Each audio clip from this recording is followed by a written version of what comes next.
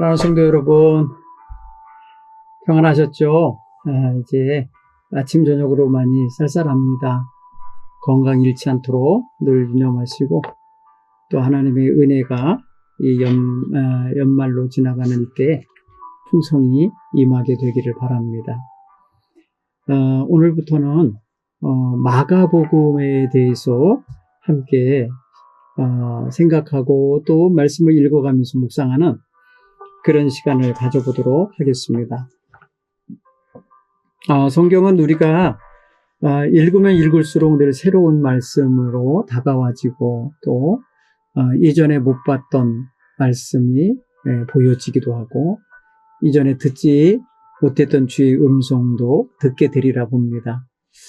이번 마가복음 공부하시면서도 그런 은혜가 한번 경험되어졌으면 좋겠다는 바람을 가져봅니다. 늘 읽으시고 대하시는 성경이지만 하나님께서 또 주시는 또 이번에 또 특별한 은혜가 있지 않을까 그렇게 생각하면서 기대하면서 가기 바랍니다. 오늘은요 마가복음을 시작하면서 개론을 먼저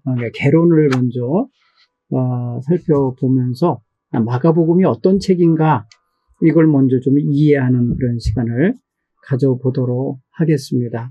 물론 성경은 마가복음은 이런 책이다 이렇게 정리되어서 나오진 않아요. 근데 우리가 신학적으로 또 정리해서 이렇게 보는 시각들, 마가복음을 이해하는 그런 신학적인 틀이 있다 이렇게 생각하시고 오늘 나누는 이야기는 그렇게 받으시는 시간이 되기 바랍니다.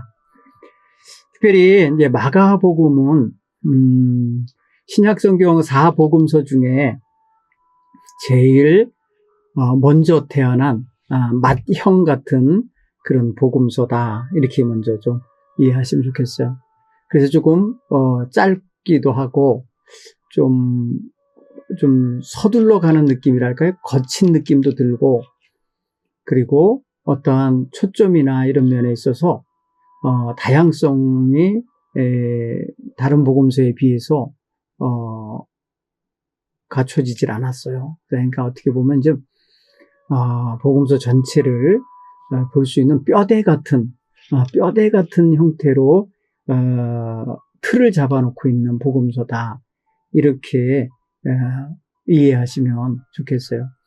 아무래도 마가복음은 16장짜리고 마태복음은 28장짜리잖아요. 그러면은 28장은 12장이나 더 많잖아요. 뭔가가 더 있다는 뜻이잖아요. 그렇죠? 더 담고 있는 거죠. 그만큼 그 폭이 더 넓고 더 내용도 많고 또 예수님의 가르치심이 더 다양하게 들어있다는 뜻이고 마가복음은 그에 비해서 12장이나 짧기 때문에 조금 내용도 그에 비해서 많지 않고 그리고 성경 내용의 기본적인 틀도 상당히 뭐랄까요 부족한 느낌이 좀 들어요. 왜? 먼저 나온 거기 때문에 살이 덜 붙은 거죠. 뼈대와 약간의 살이 붙어 있는 형태다 생각하면은 마태나 누가복음은 이 마가복음을 기준으로 잡아서 더 많은 이야기들 예수님의 가르침과 교훈들이 더 많이 담기게 됐다 이렇게 이해하면 마가복음은 공간복음서 가운데 뼈대 역할을 해주는 그런 역할자구나 이렇게 이해하시면 돼요. 먼저 태어났기 때문에 그 나중에 한 20, 30년 뒤에 나온 이런 복음서들에게 좋은 방향타 역할을 해주고 있다는 걸 알 수 있어요. 자, 그래도 마가복음은 아주 중요한 역할을 합니다. 신학자들은 마가복음이 예수님의 슈퍼스타 같은 그런 기적의 역사들을 많이 소개하고 있다. 그걸 특별히 더 많이 하고 있다. 이렇게 보는 그런 시각이 있어요. 왜냐하면 그것 중심으로 마치 기록된 것이냐 다른 이야기들보다 예수님의 기적과 이사 이야기를 중심으로 다루면서 이야기가 전개돼요. 그리고 또 어디에 또 더 이게 초점이 맞춰졌다라고 하느냐면 예수님의 마지막 한 주간의 예루살렘에서의 생활 그 순환당하시고 여러 가지 고난당하시는 이야기들이 부각되고 있는 그러한 복음서라는 걸 알 수 있어요. 왜냐하면 앞부분 쪽에 기적과 이적과 슈퍼스타 같은 그런 멋진 이야기를 만들어내신 그런 예수님이 후반부에 가면은 너무나 초라하고 힘들고 고난당하는 예수님의 모습으로 이렇게 비춰지기 때문에 너무 대조적인 거예요. 그래서 순환 이야기 한쪽과 기적 이야기 한쪽이 너무 이게 극대비되는 거거든요. 왜 이렇게 예수님의 이야기를 이렇게 두 개의 축을 가지고 기록했을까 하는 생각을 신학자들은 여러 가지 측면에서 해봤어요.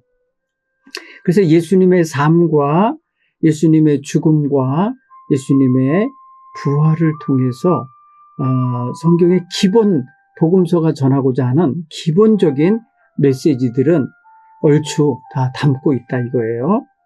그런데 예수님의 어떤 그런 모습을 우리에게 보여주는 모습을 당시에 성도들이 당하고 있는 핍박과 환난 그리고 어려움 속에서 예수님은 이런 분이고 이런 능력자이심을 부각시키려고 하는 의도가 다분히 엿보이는 그런 형태로 편집이 되고 기록이 됐다라는 걸 알 수 있어요.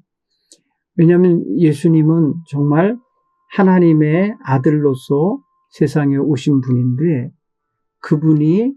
그분을 믿는 성도들이 지금 굉장한 핍박과 위기 속에 놓여 있자 사람들이 많이 기독교 신앙을 버리고 배교하거나 예수님을 떠나고 교회를 떠나고 그 핍박을 견디지 못해서 탄식하면서 왜 하나님 우리를 이렇게 버리십니까? 아니면 왜 이렇게 힘든 핍박 속에서 건지지 않으십니까? 이런 의문을 품었음직한 그런 걸 놓고 힘들어했었을 것 같은 당시의 성도들을 교회에 더 굳건히 서도록 그리고 믿음의 길에 더 온전히 걸어갈 수 있도록 하기 위해서 아마도 마가는 짧지만 급하게 이 복음서를 기록했을 것이다 이렇게 짐작을 하는 거예요. 왜?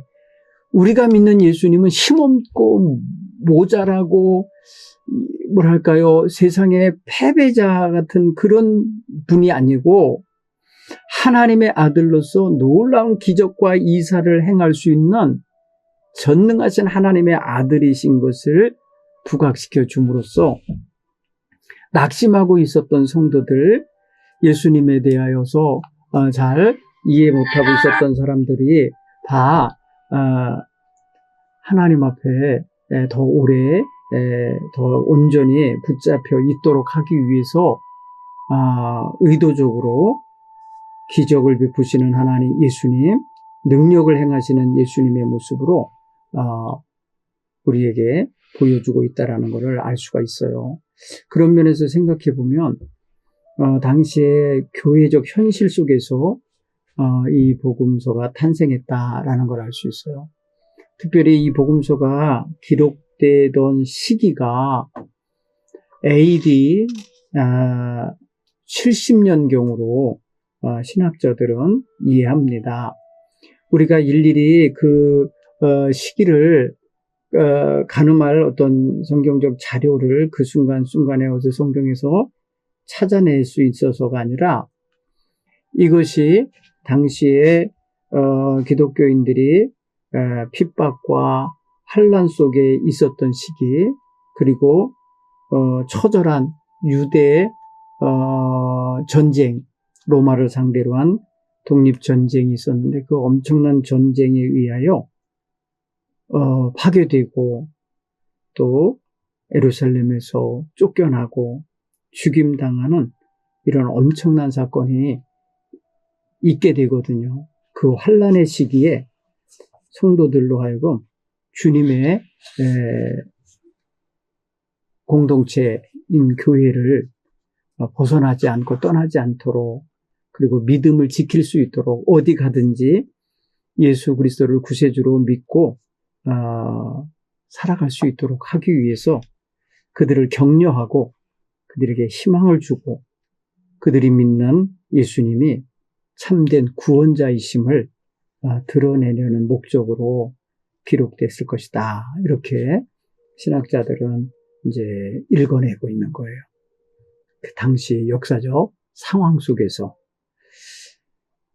마태복음이 주로 유대인들을 상대로 예수가 메시아, 구약에서 예언되어 있던 메시아로서 오신 분이다 라는 것을 강조하는 초점을 두고 있었다고 하고, 또 누가복음은 이방인들이나 당시에 소외되어 있었던 사람들, 외인들에게 예수님이 다가오신 구세주이심을 부각시키는 그런 내용들의 말씀이고, 또 요한복음 같은 경우는 예수님을 영원하신 하나님의 아들로 강조하고 있는 좀 색다른 필체지만은 그런 예수님을 그렇게 설명하고 있는, 예수님이 누구다라고 하는 걸 설명하는 그런 측면이 강한 반면에, 마가복음은 예수님이 세상에 하나님 나라를 소개하고 그 하나님 나라로 인도하실 분으로 설명하고 있어요. 그러니까 구원자인 것을 드러내는 그러한 복음서를 할 수 있어요. 그래서 이 마가복음 1장 1절이 바로 그렇게 말해요. 예수님에 대해서 뭐라고 말하냐면 하나님의 아들 예수 그리스도 복음의 시작이다, 이렇게 하면서 예수님을 하나님의 아들이라고 확실하게 선포하는 것으로 첫 마디를 시작하고 있어요. 그래서 예수님은 마가복음을 통해서 우리에게 처음 소개되는 것, 그 다음에 우리는 지금 마태도 읽고 누가도 읽고 요한복음도 읽고 있지만 마가복음이 나올 당시에는 마가복음밖에 없었다니까요. 그러니까 마가복음만을 접하는 사람들에게 있어서 예수님은 하나님의 아들이고 예수님은 자신의 생애와 가르침을 통해, 특히 자신의 죽음과 부활을 통해 구약의 모든 예언, 약속이 이루어지고 소망이 이루어졌음을 드러내고 계신, 그래서 하나님의 백성이 오랫동안 고대하고 바라던 새 시대를 열어주신 그런 예수님으로 소개되고 있는 거예요. 그래서 마가복음 1장 14절로 15절 보면은 예수님이 갈릴리에 오셔서 선포한 이야기가 있어요. 첫 번째가 하나님의 복음을 전파하여 이르시되, 마가는 이렇게 표현해요. 예수님께서 하나님의 복음을 전파하여 이르시되 때가 찼고 하나님 나라가 가까웠으니 회개하고 복음을 믿으라 하시더라. 이렇게 하나님의 복음을 선포하시는 그러한 예수님으로 소개하고 있습니다. 이게 아마도 마가복음의 요절 같은 말씀이다, 이렇게 생각하셔도 좋겠어요. 하나님의 복음을 선포하고 계신 예수님. 그래서 이제 예수님이 이 마가복음을 통해서 소개되어지는 장면은 그래서 하나님의 아들로서 위대하신 능력자, 이적과 기사를 수없이 행하시는 그런 분, 이렇게 아주 부각이 돼요. 그래서 예수님의 소문이 널리 퍼지는 것도 보면은 그의 가르침이나 선포하신 내용보다는 예수님이 행하시는 놀라운 이적과 기사의 소문을 듣고 아주 넓은 세상 많은 사람들이 찾아오고 예수님을 바라는 마음들로 다가오고 있음을 보게 돼요.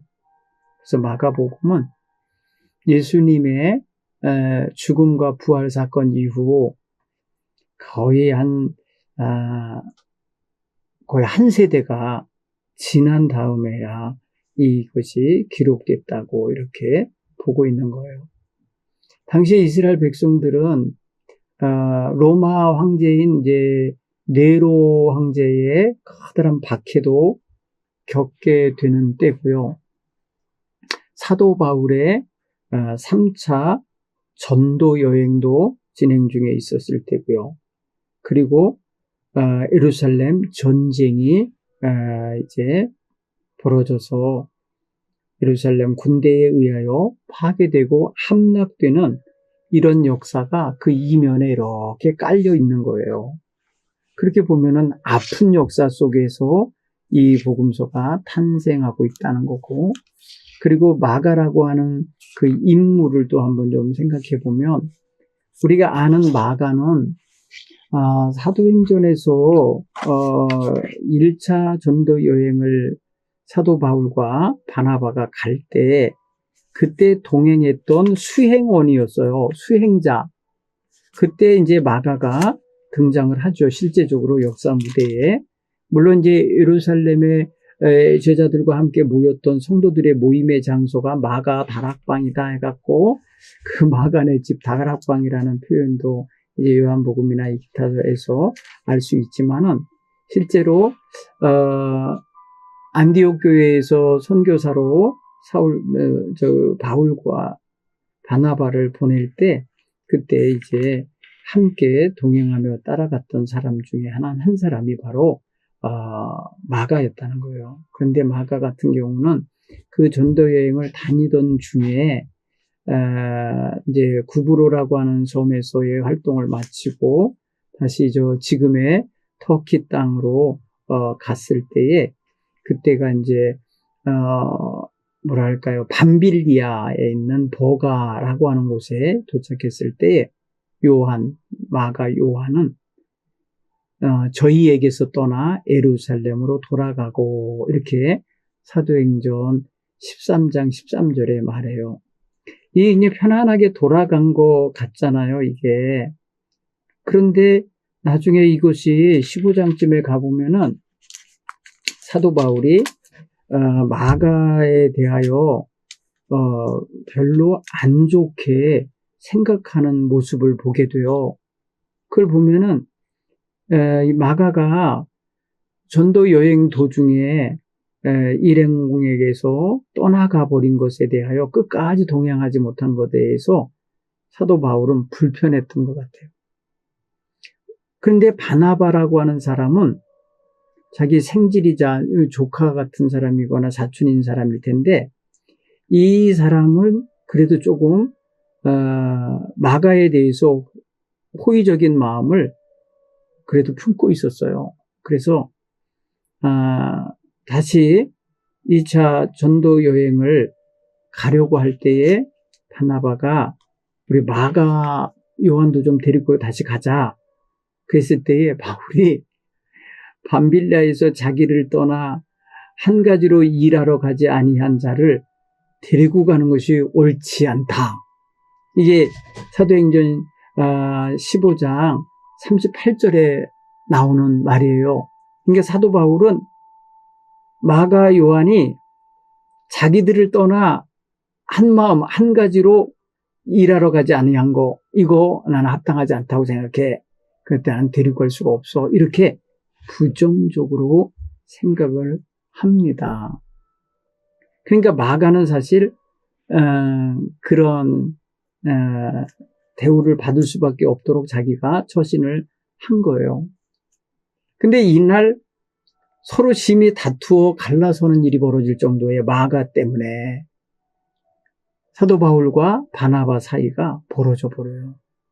이 마가를 데리고 갈 거냐 말 거냐를 놓고 결국은 서로 헤어져서 두 사람이 함께 갔으면 시너지 효과가 더 크게 났었을 텐데 이 마가를 동행시키고냐 말 거냐 때문에 그만 갈라서고 분열이 일어난 거예요. 참 어떻게 보면은 마가는 그런 인물이었던 거예요. 또 신학자들은 마가가 예루살렘 공동체에 마가 다락방을 중심해서 이루어진 마가복음에 마가가 소유한 집에 그 다락방에서 주로 모였던 예루살렘 공동체의 일원으로서 있었기 때문에 사도 베드로의 영향을 받았을 거다. 사도 베드로의 제자가 됐을 거다. 이렇게 이해하는 분들도 있어요. 왜냐하면 예루살렘 공동체의 일원으로 이해하기 때문에 그럴 거예요. 근데 실제로 이 전도 여행을 다닐 때 바나바의 후원을 받으며 동행을 했어요. 그리고 난 다음에 훗날 보면은 사도 바울은 디모데와 편지를 나누면서 누굴까요? 마가를 자기에게 올 때 데리고 와달라고 부탁하는 장면이 있어요. 그를 보면은 마가가 디모데도 아는 사람이겠거니와 마가가 사도 바울에게 이제 다시 총망받는 사람으로 변해 있음을 알 수 있어요. 그가 나에게 유익하다 이렇게 표현하면서 너 올 때 꼭 데리고 와달라 이렇게 특별히 부탁하는 것을 보면은 아마도 마가는 이제 사도 바울의 복음 전도에 있어서 좀 도움을 줄 수 있었던 사람인 게 분명해요. 그러면 이런 이야기의 증거가 어디에 나오느냐면요. 디모데후서 4장에 나와요. 디모데후서 4장 9절에 디모데에게 편지를 볼 때 좀 사사로운 부탁을 하는데 이렇게 해요. 너는 어서 속히 내게로 오라. 대만은 이 세상을 사랑하여 나를 버리고 데살로니가로 갔고 그레스게는 갈라디아로 디도는 달마디아로 갔고 누가만 나와 함께 있느니라. 네가 올 때에 마가를 데리고 오라. 저가 나의 일에 유익하니라. 이렇게 디모데후서 4장 11절에 보면 디모데가 변한 새 사람 되어 있는 증거예요. 그 까다로운 사도 바울의 눈에 내 일에 유익한 자니라. 그러니 올 때에 마가를 데리고 와라. 이렇게 부탁을 할 정도로 마가는 새 인물이 된 거예요. 그래서 오늘 우리는 이 마가복음이 새롭게 변화되어 거듭난 이 마가에 의해서 기록됐다고 우리가 읽게 되는 거예요. 왜냐하면 복음서 자체가 벌써 마가복음으로 이름 지어져 있죠. 마가는 아마도 예루살렘 공동체에 있으면서 여러 사람들을 통해서 예수님이 행하셨던 기적적인 이야기들을 많이 전해 듣는 기회가 생겼을 거예요. 여러분 보통 보면은 어떤 그 여행자들이 자주 묵어가는 그런 주막집 그런 데 주모들은 세상 소식을 잘 많이 알잖아요. 왜냐하면 행인들이 많이 왔다 갔다 하면서 세상사 이야기들을 많이 전해주거든요. 그렇기 때문에 더 많이 알죠. 이야기 들을 기회가 많으니까. 아마도 마가도 예루살렘 공동체에서 여기저기서 들려오는 성도들의 복음 전도 소식이나 아니면 성도들이 모여서 간증하고 서로 예수님 만났을 때에 있었던 일들을 이야기할 때 아마도 마가도 많이 전해 듣고 알았을 거예요. 마가는 예수님 생전에 예수님을 따라다녔던 제자는 아니잖아요. 그러나 예수님이 예루살렘에 오셔서 묵으셨던 집에 다락방 주인의 아들이라면 아마도 그곳에서 예수님들의 회합이 이루어지고 만남이 있을 때 드나들면서 수발도 들고 심부름도 하는 가운데 또 그곳에 머물면서 제자들을 통해서 이야기를 들었음직해요. 그건 우리 짐작이죠. 어쨌거나 마가복음의 내용을 보면은 상당히 많은 이야기, 예수님의 기적 이야기가 많이 수집되어 있다는 걸 알 수 있어요. 일부러 그거를 찾아다니면서 수집했을 수도 있지만 아마도 들은 게 더 많을 거라는 생각이 들어요. 그래서 그것을 간추려서 기록을 많이 하지 않았을까. 그리고 나중에 마태나 누가도 이 마가가 전해준 예수님에 관한 다양한 기적 이야기들을 거기에 담아놓은 것 같고요. 그리고 예수님이 예루살렘에서 당한 일주일 동안에 순환당하거나 백성들하고의 갈등 속에 있었거나 또 이렇게 저렇게 예수를 대적하는 자들의 음모가 있었거나 이런 것들을 누구보다도 잘 듣고 알고 있었을 거예요. 그러기에 많은 사람들이 순환을 당하며 핍박을 당하면서 교회를 떠나거나 예수님을 버리고 배교할 때 그러지 말라고, 우리가 믿는 하나님은, 예수님은 하나님의 아들이시다. 그분이 얼마나 놀라운 기적과 이적을 많이 행하신 분인지 몰라 하면서 그 기적 이야기들을 쭉 나열해서 이야기해 줬을 거라는 거죠. 그렇게 되다 보니까 이 이야기 속에서 성도들은 마가가 기록해 준 이 말씀을 읽으면서 그렇구나. 우리가 믿는 예수님은 그냥 갈릴리 나사렛에서 온 목수의 아들 정도가 아니고 죄짓고 로마에 의해서 죽임당한 죄수가 아니구나. 그러면서 예수님에 대한 오해를 풀게 됐을 거라는 거죠. 당시에 예수님에 대하여 사람들이 나약한 존재, 아니면 로마 군인들에 의하여 죽임당한 죄인, 또 유대 공동체 지도자들이 퍼뜨리는 예수님은 이단자요, 또 율법과 성전을 모욕한 자요, 하나님의 신성을 모독한 자, 이런 오해의 말들로 인해서 온전히 예수님을 바르게 이해하지 못할 수도 있잖아요. 그래서 마가는 예수님에 대한 이러한 오해를 시정하기 위해 특별히 우리가 믿는 예수님이 얼마나 거룩하시고 능력 많으신 하나님의 아들이시고 하나님이 구약에서 예언하신 메시아인지를 확실히 드러내 주고 있다는 것을 우리가 알 수가 있어요. 그렇기 때문에 마가복음을 통해서는 우리가 당시의 핍박 속에서 힘들어하며 갈등하고 교회를 떠날까 말까, 예수님을 떠날까 말까 이렇게 갈등하는 사람들의 마음을 다 잡아주는 역할을 하는 그러한 복음서였다. 이렇게 이해하는 것이 너무나 당연하고 마땅한 이해라 이렇게 생각이 되집니다. 그리고 마가복음에 나타나는 크고 작은 예수님의 그 이적과 표적 이면에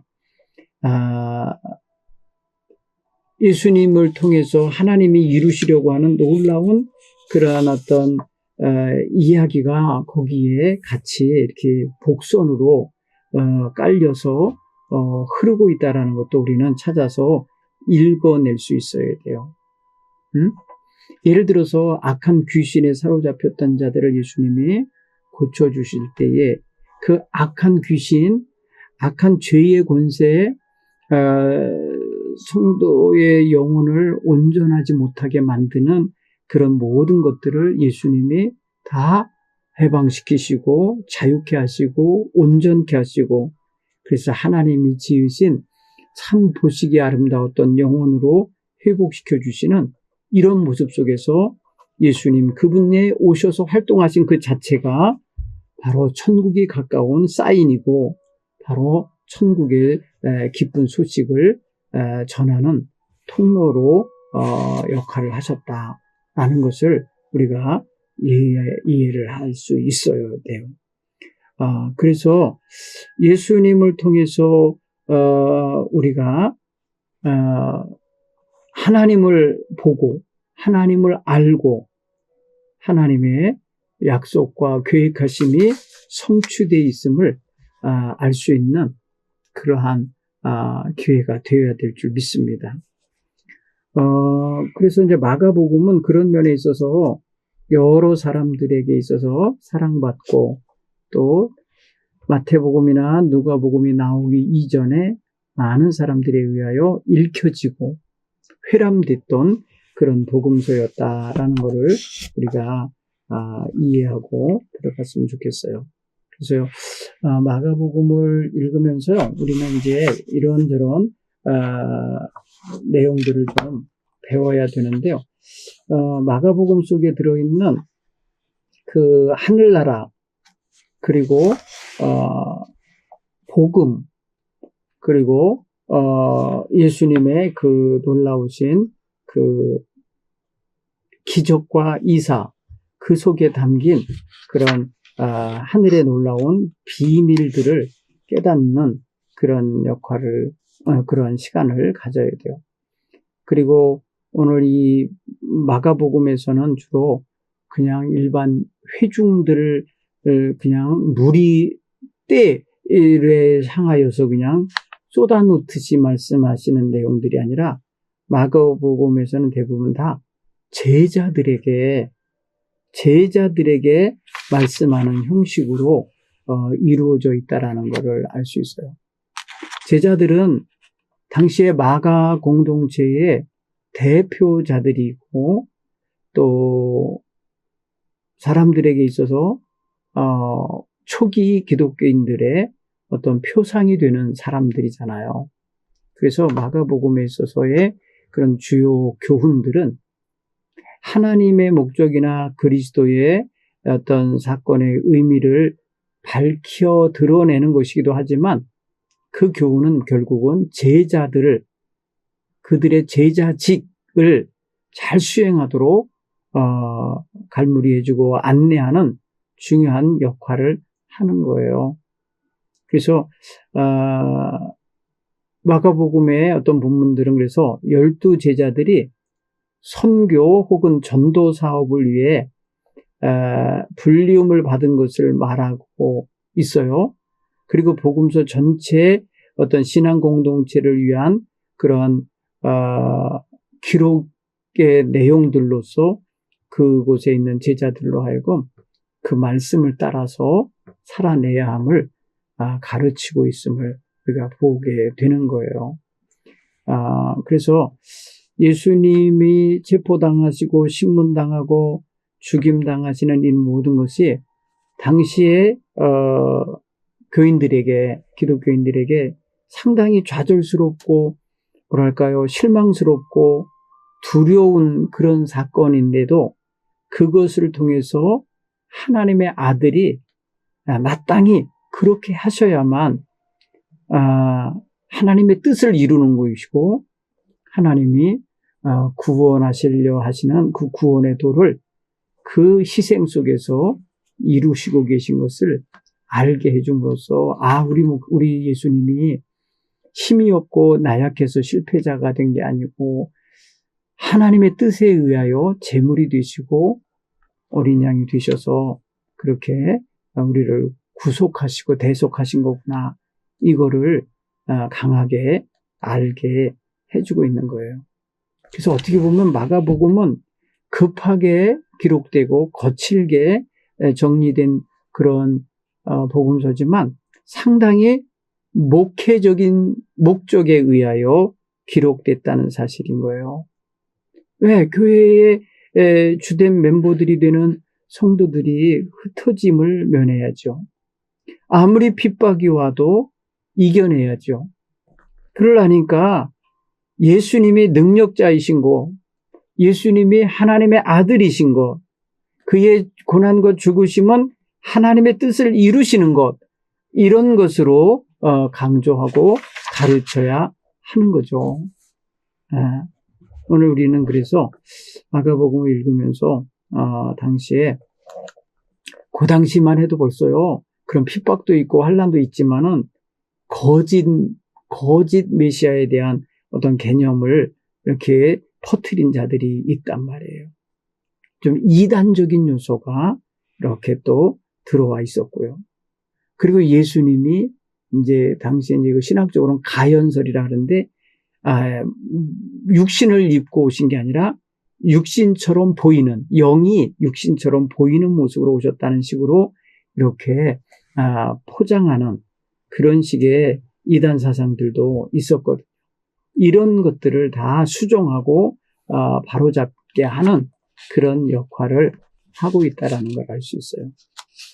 그리고 마가복음에서 전개되는 예수님의 활동 영역, 공간을 보면 대동소이하게 공간복음서는 다 이게 있어서 공간복음서라고 하는데 갈릴리 사역과 예루살렘 사역이라고 하는 이런 큰 틀에서 기록되고 있다는 거예요.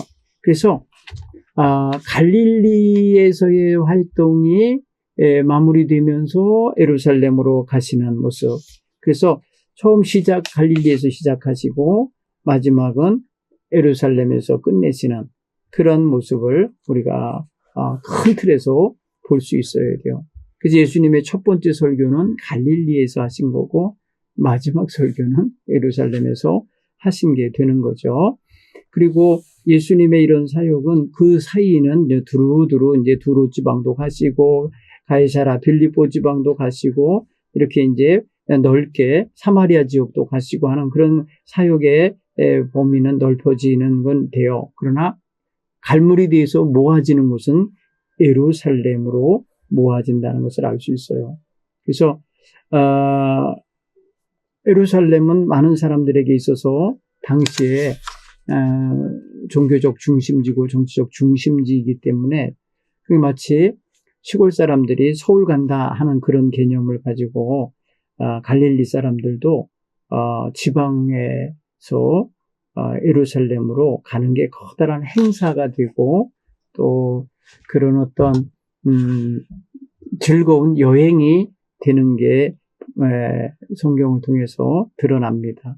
그래서 이 마가복음 가만히 보면 근데요, 갈릴리 지역의 이야기들은 상당히 이제 이게 긍정적으로 많은 백성들이 예수께 찾아오고 만나지고 치유가 일어나고 말씀이 선포되어지는 그런 모습이 긍정적으로 언급되고 있는 반면에 예루살렘은 상당히 부정적으로 언급되고 있다는 걸 알 수 있어요. 왜냐하면 예루살렘 사람들은 교만하고 거칠고 내지는 완악하고 종교적 어떤 그런 형식주의에 빠져 있고 그런가 하면은 예수님에 대하여 적대적인 태도를 보이고 있고 핍박을 자행하는 그룹들이 거기 들어앉아 있고 하니까 상당히 예루살렘에 대한 이미지와 그런 어떤 표현들이 좀 부정적이다 하는 것을 알 수가 있습니다. 자, 그런 면에 있어서 우리가 이제 예수님의 사역이 갈릴리에서 예루살렘을 향하여 갈 수밖에 없는 거예요. 왜? 거기 가셔서 예수님은 마침내 하나님의 뜻인 십자가를 지시고 거기서 모든 것을 정돈하셔야 되기 때문에 그래요. 그리고 이제 마가복음을 통해서 우리가 또 이렇게 생각해 봐야 될 것은 그 말씀 속에 담겨 있는 메시아 사상을 우리가 조금 주목해서 공부할 수 있어야 될 거예요. 예수님이 그냥 자기 자신을 그냥 공개적으로 내가 메시아다 이렇게 드러내고 활동하시는 것이 아니에요. 예수님은 이적을 행하시는 걸 통하여서 드러내시긴 하지만 이적을 통해서 구원받거나 회복된 사람에게 입 다물게 하죠. 가서 아무에게도 말하지 말아라. 뭐 이렇게 침묵 명령을 내리는 경우를 보게 돼요. 그는 그의 메시아됨을 알리지 말라는 그런 의미라는 것보다는 예수님이 다만 이적 행사자로 잘못 인식되어서 사람들이 그냥 예수님을 그냥 잘못 이해하고 따라올까봐 그러시는 것이다 라는 것을 우리가 느낄 수 있어요. 왜냐하면 여기 있다 저기 있다 하면서 예수님의 어떤 그런 슈퍼스타적인 그런 활동들이 이렇게 전파되면 사람들은 정말 구원자이신 예수님을 메시아로 인식하여 초점을 맞추기보다 당장 아쉬운 자기들의 병 고치는 분 내지는 뭐 이런 기적을 베풀어서 귀신을 내쫓아주는 그런 존재로만 머리에 인식을 할까 봐서 그러는 거예요. 그러니까 오늘날도 보면은 예수 믿으면 병 고쳐져요. 예수 믿으면 뭐 부자 돼요. 뭐 예수 믿으면 성공해요. 이런 식으로 예수님을 소개하는 거는 굉장히 대단히 위험한 거예요. 왜? 예수님을 잘못 인식시켜 줄 수가 있어요. 사람들에게. 그래서 우리는 예수님은 죄에서 우리를 구원하시는 구원자이시고 하나님 나라로 우리를 인도하시는 인도자이신 것을 우리가 제대로 알게 하려면 처음 복음을 전할 때에 예수님에 대하여 어떤 기적 행하고 우리의 아쉬움을 달래줄 그런 분으로 소개하기보다 그분 그 자체로 하나님의 아들이시고 우리를 구원하러 오신 구세주로서 온전히 예수님을 인식하도록 우리는 가르쳐야 할 필요가 있어요. 그렇죠? 그런 면에 있어서 오늘 우리가 예수님에 대한 그런 시각을 우리가 마가복음을 통해서 다시 한번 좀 생각하는 기회를 가졌으면 좋겠어요. 그리고 또 마가복음에는 등장하는 제자들의 뭐랄까요, 그 모습을 이제 성경에서 이렇게 이야기해 주고 있는데요. 물론 이제 예수님의 제자들을 보면은 뭐 이렇게 이제 알다시피 어부 출신의 사람들도 있고 사회의 어떤 그 하이 클래스의 사람들이 아니라 일반 아래층의 하층민들 속에 들어 있었던 생활을 하는 사람들이잖아요. 그런 사람들에 대해서 예수님은 한 사람 한 사람 부르셔서 제자로 세우시고 예수님을 따르게 하는 데 있어서 그들을 믿고 그들을 또 지지해주고 또 그들을 다시금 역할을 감당하도록 세우시고 또 자기와 함께 하시고 또 가서 말씀도 전하게 하고 더 나아가서는 능력을 덧입히셔 보내실 때 귀신도 내어쫓는 권세까지 주셔서 보내고 계신 것을 보면 마가복음에서 말하는 제자들의 이 위치라 그럴까 역할이라 그럴까 이런 걸 보면 예수님의 동역자라는 걸 알 수 있어요. 예수님의 동역자. 어느 날 예수님께 찾아와서 예수님 당신의 형제자매들이 와서 이렇게 찾습니다라고 할 때 예수님이 그러잖아. 제자들을 둘러보면서 여기 있는 이들이 나의 형제요, 자매요, 어머니다 이렇게 말씀하시면서 가까이 있는 그들을 특별한 하나님의 나라의 한 가족으로 이해하고 계시고 또 제자들에 대해서도 그런 어떤 위치에 세워주고 계신 모습을 보게 돼요. 예수님은 상당히 그러니까 제자들을 이렇게 무시하거나 이렇게 깔보거나 뭐 이런 입장이 아니라 상당히 자신의 한쪽 편을 이렇게 감당해 줄 그런 파트너로 생각하고 있다라는 것을 우리가 알 수 있습니다. 그래서 예수님의 제자들을 한번 좀 주목해서 보시고 예수님이 제자들에 대하여 말씀하실 때 제자들이 뭔가 부족하고 주님의 뜻에 어긋나게 실수하고 막 이럴지라도 예수님은 정말 너그러이 대하시면서 제자들에게 다시금 그 역할을 감당할 수 있도록 세우시는 모습을 볼 수가 있어요. 물론 이제 우리가 보면은 이제 다른 랍비들이나 아니면 당시에 제사장들 밑에서 배우는 제자들은 그 율법적이고 또 그 규칙에 따라 준행하며 살아가는 그런 제자들이었겠지만 예수님의 제자들은 말 그대로 민초들 속에 들어가서 그들과 거의 유사한 그러한 사회적 신분과 역할을 하면서 그들과 소통하며 그들에게 예수님이 가르쳐 주시는 하늘나라 소식을 전하게 하신 것을 보면은 비록 하층민이고 내지는 사회에 있어서 두각을 나타낼 만한 지도층들은 아닐지라도 그들을 통해서 예수님이 주의 나라의 일을 전개하고 있다는 차원에서 보면은 이 마가복음이 처음 기록될 때 다른 복음서가 안 나왔을 때니까 상당히 제자들의 위치를 굳건히 세워주고 계신 그러한 복음서라는 것을 우리가 알 수가 있습니다. 여러 가지로 볼 때 아무튼 예수님이 그 제자들을 통해서 그가 하시고자 하시는 선한 뜻들을 이루시는데 잘 사용하고 계시다라는 것을 알 수 있어요. 자, 오늘 일단은 초견으로 마가복음에 대하여 조금 이해를 시켜드리느라고 이렇게 이제 짧게 개괄적으로 이야기를 했습니다. 이제 앞으로 본문을 읽어가면서 실제로 마가복음에 담긴 이야기 속에서 예수님이 하시는 말씀과 예수님이 이 모든 주제들을 어떻게 다루시는가를 좀 주목해서 보는 그런 기회가 됐으면 좋겠습니다. 오늘 마가복음 안내의 시간은 여기서 부족하지만 마무리하도록 하겠습니다. 다음 주에 뵙겠습니다.